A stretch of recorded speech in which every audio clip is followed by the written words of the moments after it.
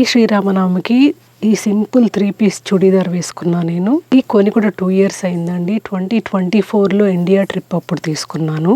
ఎందుకంటే మేము ఇండియా వెళ్ళినప్పుడు ట్రావెల్ ఎక్కువ చేస్తాము. టెంపుల్ విజిట్స్కి కాటన్ అయితే కంఫర్టబుల్గా ఉంటుంది అని. లేయర్ అయితే చాలా బాగుంది, చూస్తున్నారు కదా. అయినా సమ్మర్కి కాటన్ ఫ్యాబ్రిక్ ఇచ్చినంత సుఖం ఏ ఫ్యాబ్రిక్ ఇస్తుంది చెప్పండి.